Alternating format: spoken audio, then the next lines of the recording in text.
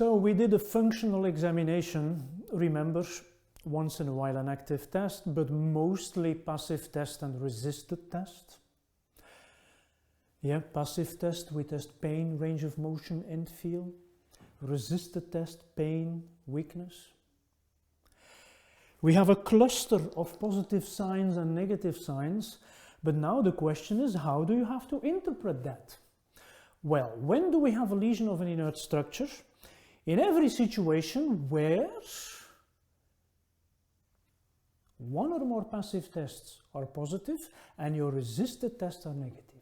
Then we have an inert lesion. But then the question is, which inert structure? And there is something typical Cyriax again. Cyriax divided the inert structures in two groups. On the one hand, the capsule. On the other hand, all the rest. Disc, menisc, bursa, nerve, ligament, and so on. If there is a problem with the capsule, you're going to find in the examination a capsular pattern. And what is a capsular pattern? Well, each joint which is under muscular control has a specific capsular pattern. Let me give you an example. The capsular pattern in the elbow, limitation of flexion and extension, but flexion is more limited than extension. In the knee we have something similar. Flexion is more limited than extension. The shoulder, for instance, you have a limitation of lateral rotation, abduction, medial rotation. But lateral rotation is more limited than abduction, and abduction is more limited than medial rotation. It's about the relation between the movements. You could have small limitation, medium limitation, big limitation, but the relation is important. That's something that Cyriax discovered, during his discovery time, so to speak. Fortunately, there's also quite some research on that topic, but I discuss all those items during the live training program. But I can already tell you now that the capsular pattern in the shoulder seems to be very valid. Has a kappa factor or 0.87, if I'm not mistaken. The capsular pattern in the knee, there is some confusion depending on the situation.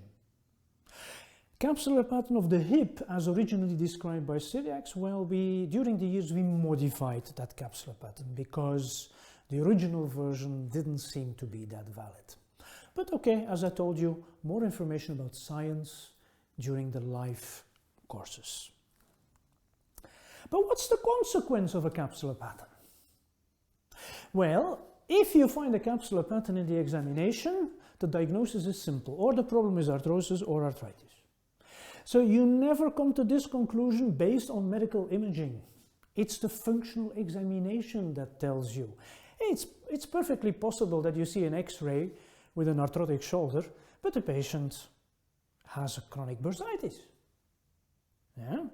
So don't focus on the arthrosis you see on medical imaging. Focus on the function of the patient. And how do we make the distinction between the two?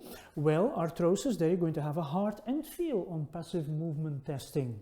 And with arthritis, of course, this is an acute active lesion, you're going to have a muscle spasm end feel. In acute cases, the capsular pattern is the result of a protective muscle spasm mechanism. In chronic cases, you really have a structural problem. We have a problem with adhesive, let's say, non-elastic scar tissue. So you can already imagine that in an acute case, the treatment is going to be totally different than in a chronic case. But more about that in some other films. Everything which is not a capsular pattern, so that's something you have to study by heart, all the capsular patterns of the different joints. Everything which is not a capsular pattern automatically is a non-capsular pattern. And what is a diagnostic interpretation? Well, there are numerous options, but that could be, for instance, ligamentous adhesions, a chronic ligamentous lesion. Could be internal derangement. Internal derangement is very frequent in the spine, sometimes also in the extremities. Could be an acute muscle belly lesion, could be a chronic bursitis, could be an acute bursitis. Those are things we discuss during this online course and during the... Okay, when do we have a lesion of a contractile structure? When one or more resisted tests are positive. And my first idea, of course, is some kind of muscle belly or a tendinous lesion. Yeah? The ideal situation is that one resisted test is painful, the passive tests are negative, then you think of a contractile structure. But there are many muscles which have a double function. So it's very likely that you find two positive resisted tests. For instance, hamstrings lesion, biceps femoris. What are you going to find? Resisted knee flexion is painful, but also resisted lateral rotation. If you think of pes anserinus, resisted flexion, resisted medial rotation. No problem. The moment you find 3 positive resisted tests in your examination, then theoretically you could think of a double muscle lesion, but this is not very likely. Of course, after a sports trauma, everything is possible. Keep it in mind, but it's not a top of the bill lesion. And as I mentioned before, as from 4 positive resisted tests, your first idea is not a muscular idea anymore. This is quite an example of an inherent unlikelihood. So you don't expect a real contractile lesion. Perhaps there is a link to hypersensitivity, psychogenic patient, or heavy pathology.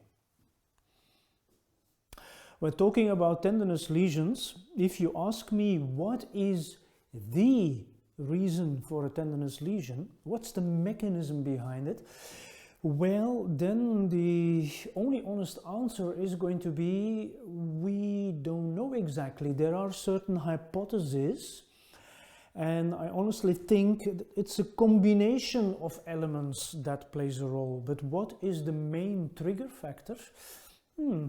That's difficult to pinpoint. Keep in mind this: if you have an acute tendinous problem and a very nice acute tendinitis, in comparison to a chronic tendinosis, well, I prefer the acute one, because the acute one reacts better and reacts faster on our treatment strategy. Unfortunately, most of the patients we see don't have an acute tendinous lesion, but they have a chronic tendinous lesion. Keep in mind that revalidation, recuperation of a chronic tendinous lesion takes more time. It could take several weeks more, it could take several months more, depending on the situation. Yeah? So keep that in mind.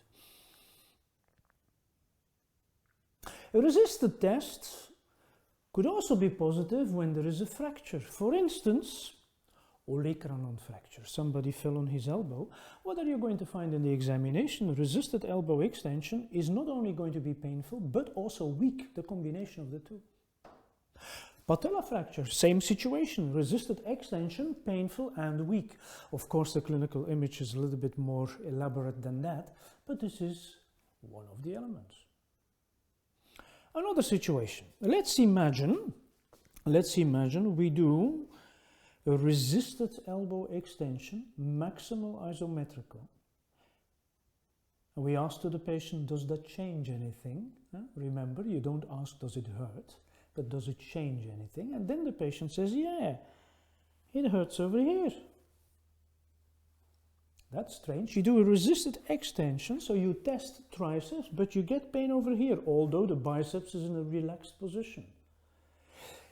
Is that something you expect or you don't expect? Well, let's think logically. You produce pain over there. Which dermatome is that? That's dermatome C5. So you produce C5 pain, so there should be somewhere a C5 origin. What can happen during resisted extension? You get more compression on the subdeltoid bursa, and if this patient has, by coincidence, a subdeltoid bursitis, thanks to this compression, you can provoke some C5 pain.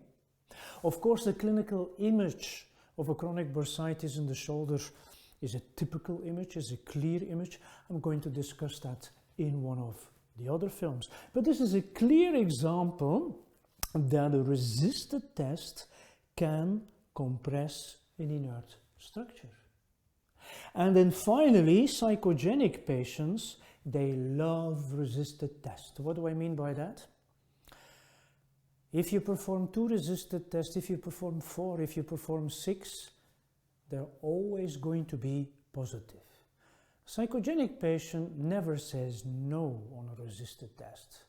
If you ask him, does that change anything? He says, yes. Not yes, not no, it's a combination of the two. But it's never really negative. So if every resisted test you get this type of answer, this is abnormal. First idea, psychogenic involvement. Fortunately, this is not so frequent. This is going to be a very important slide regarding interpretation. If a resisted test is painful but there is no weakness, then you think of a small lesion. Think of a small muscular lesion, a small tendinous lesion, muscle belly lesion, or a tendinitis or a tendinosis. This is my favorite combination. But it's also possible that during the resisted test you don't have pain. The resisted test is negative. The patient can have pain, but the test is negative. And you have weakness. Well, in that case, you think of a complete rupture. For instance, a complete rupture supraspinatus, your resisted abduction will be absolutely not painful, but 100% loss of force, total weakness. Or another option is a nervous lesion. For instance, a mononeuritis. A mononeuritis of the nervus suprascapularis, for instance. Or compression, a lot of compression, on a nerve root, on a C5 nerve root, hypothetically. The combination of a painful resisted test and weakness, this combination, that goes in the direction of a serious lesion. That goes in the direction of a fracture. That could also be heavy pathology, but the most obvious interpretation is going to be a partial rupture. Yeah? With a partial rupture, you always have the combination of pain and weakness. How partial is the rupture? That's something I don't know with my basic functional examination. Therefore, we need medical imaging to objectivate that.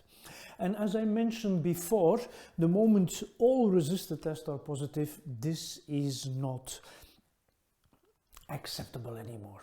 Yeah, we think of a psychogenic problem or a hypersensitive patient or a problem that lies completely outside orthopedic medicine. Talking about weakness during a resisted test, as you saw earlier, could be related to a musculotendinous problem, yeah, total rupture, partial rupture. Could be related to a neurological problem, yeah, a specific nervous problem. But it could also be related to just simply pain. A nice example is a tennis elbow type 2. Yeah, a problem, an acute problem with extensor carpi radialis brevis. In the examination, you do resisted wrist extension. What happens in case of an acute tennis elbow? If you ask the patient to do this, you're going to have clear pain, but also clear weakness on the resisted test, not because there's a rupture, just because of the fact that, it's too painful. And another option is, but that happens with simulating patients, the patient simply doesn't want. You ask him to really do a contraction, but for some reason he refuses. No. This is not frequent, fortunately. So we may conclude, you do the functional examination, You have a series of positive tests, a series of negative tests. Okay. Your first question you ask yourself is, what did I see? Did I see a local lesion or did I see a referred problem? The patient with pain over here, is that a local problem or is it referred from cervical spine? How do you know that? You know that after the history. Yeah? And then after the functional examination, you ask yourself, okay, what did we see? An inert problem or a contractile problem? And if we saw an inert problem, capsular pattern, non-capsular pattern. Capsular pattern, arthrosis, arthritis. Non-capsular pattern, something else. Do I know at this moment which structure is responsible for the complaints? Possibly yes. Do I know where exactly? Possibly no. Perhaps I have a localizing sign. Remember one of the previous films? I have a localizing sign that points me in the direction of the specific part of a specific structure. But, well, sometimes I don't have a localizing sign. And then it's time for palpation. Remember, we never start an examination with palpation. But if we decide to palpate for tenderness, we always do it at the end of the examination. First, we determine the structure at fault, and then we do a specific palpation in that structure. Actually, how did Cyriax come to all those conclusions? Well, not only Cyriax, but many doctors. Well, an efficient system which is still valid today is the use of diagnostic infiltrations. A diagnostic infiltration with local anesthetic, with a procaine solution or a xylocaine solution.